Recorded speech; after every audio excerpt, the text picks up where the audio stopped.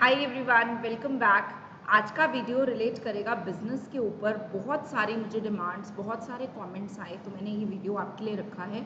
And तक ज़रूर सुनना। इस वीडियो का बेस्ट पार्ट ये रहेगा कि मैं आपको कुछ एक्रोनिम्स, कुछ कीवर्ड्स दे रही हूँ, जिससे आपको ये सारा का सारा टेबल जो है टिप्स पे हो जाएगा।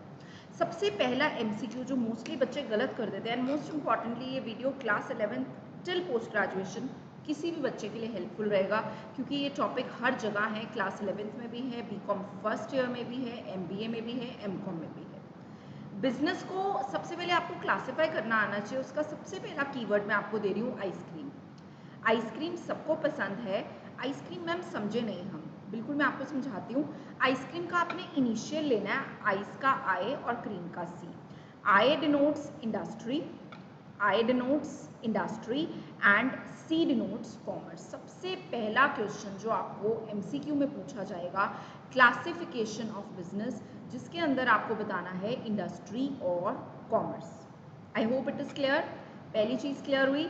इस वीडियो को मैं 2 पार्ट्स में डिवाइड करूंगी। आज का वीडियो इंडस्ट्री के ऊपर फोकस करेगा, एक और कल वीडियो डालूंगी मैं जो कॉमर्स के ऊपर फोकस करेगा। ठीक है, छोटे छोटे पार्ट्स में वीडियोस बन रहे हैं। मैं हमेशा कहती हूँ 10-10, 15-15 मिनट में वीडियो को कंडेंस कर देती हूँ, ताकि एग्जाम्स में आपको बहुत हेल्प रहे। 10 मिनट मुझे लगता है सुनना बहुत इजी होता है कॉन्सेंट्रेशन के साथ, और चीज़ें आपके माइंड के अंदर एकदम फिट हो जाएंगी। एंड ट्रस्ट मी, अगर आप इन वीडियोज़ को फॉलो कर रहे हैं, आपके एग्जाम्स में मार्क्स बहुत अच्छे आने वाले हैं। इंडस्ट्री को हमने 3 पार्ट्स में डिवाइड किया है, primary, secondary, tertiary. I repeat once again, primary, secondary, tertiary. Primary industries जो हैं आगे 2 तरह की है, एक्सट्रैक्टिव और जेनेटिक। एक्सट्रैक्टिव और जेनेटिक, इनके मीनिंग्स भी मैं आपको अभी बताऊंगी। पहले जरा इस चार्ट को देख लेते हैं। सेकेंडरी भी आगे 2 तरह की है, मैन्युफैक्चरिंग और construction.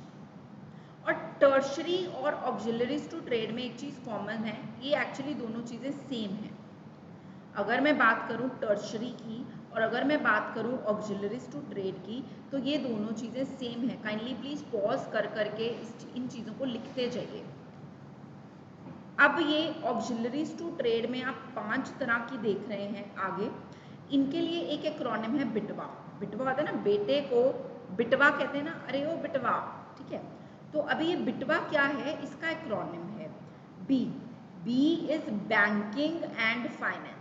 B is banking and finance, I is insurance, T is transportation and trade, W is warehousing, A is advertising। देखिए लर्न करना बहुत सिंपल हो जाएगा। पहले आइसक्रीम, इंडस्ट्री, कॉमर्स, बिटवा, जिसको ऑक्सिलरीज टू ट्रेड में मैंने आगे डिवाइड कर दिया। ट्रेड 2 तरह का है, इंटरनल और एक्सटर्नल। इंटरनल मतलब विद इन इंडिया, अपनी डोमेस्टिक टेरिटरी के अंदर, उसको हम बोलेंगे विद इन इंडिया। और अगर मैं एक्सटर्नल की बात करूं, that is outside India. That is outside India. तो ये हो गया within India which is known as internal trade, ये हो गया outside India which is known as external trade. Within India 2 तरह का है, होलसेल और रिटेल। होलसेल और रिटेल। होलसेल है बल्क में, जब आप बल्क में खरीदते हैं, मतलब हम लोग एज ए कस्टमर होलसेलर से बाय नहीं करते हैं, हम लोग बाय करते हैं रिटेलर से, क्योंकि हमने स्मॉल क्वांटिटीज में बाय करना होता है। ठीक है, जो होलसेलर हैं वो जो है बल्क में बाय करते हैं, और होलसेलर से बल्क में ही आगे परचेज करता है कौन, रिटेलर।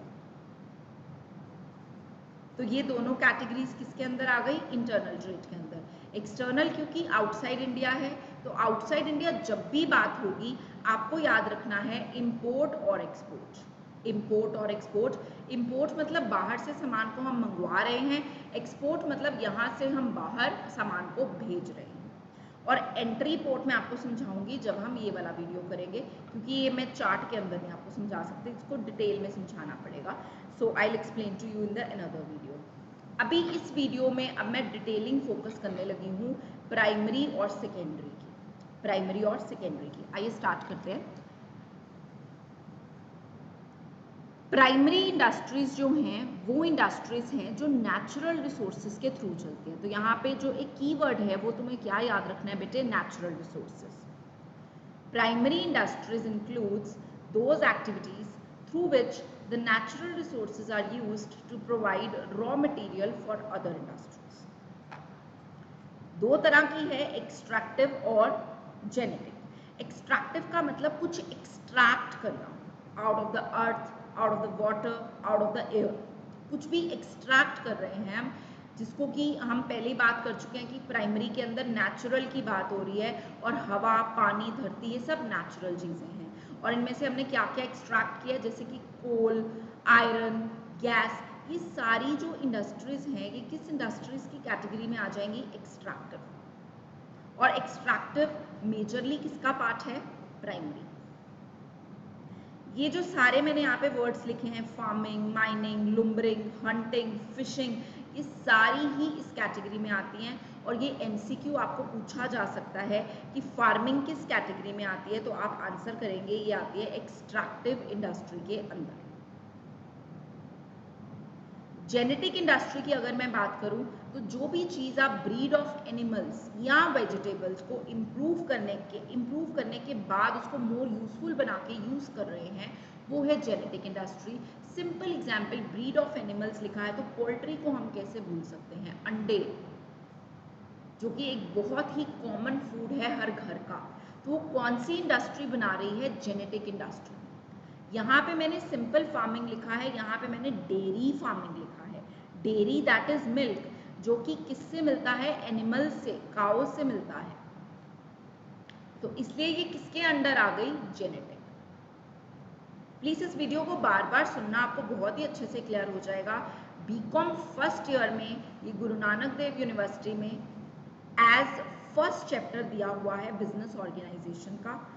क्लास 11th में बिजनेस स्टडीज का चैप्टर नंबर 1 है, तो क्लास 11th के बच्चे ये सोच सकते हैं कि ये सेम चैप्टर आपको बीकॉम में भी मिलने वाला है, तो प्लीज इसको ध्यान से करेंगे तो आपकी फर्दर स्टडीज और सिंपल हो जाएंगी। अब मैं सेकेंडरी के ऊपर आ रही हूँ। सेकेंडरी की जब मैं बात कर रही हूँ तो इसमें वो इंडस्ट्रीज आएंगी जो कुछ मैन्युफैक्चर कर रही हैं या कंस्ट्रक्ट कर रही हैं। कई बार बच्चे मैन्युफैक्चरिंग और कंस्ट्रक्शन को साइनोनिम ले लेते हैं, बट ये साइनोनिम नहीं है, ये दो अलग अलग चीज़ें हैं। मैन्युफैक्चरिंग में आप रॉ मटेरियल को फिनिश्ड गुड्स में कन्वर्ट कर रहे हैं। मैं विद एग्जांपल आपको बताती हूँ।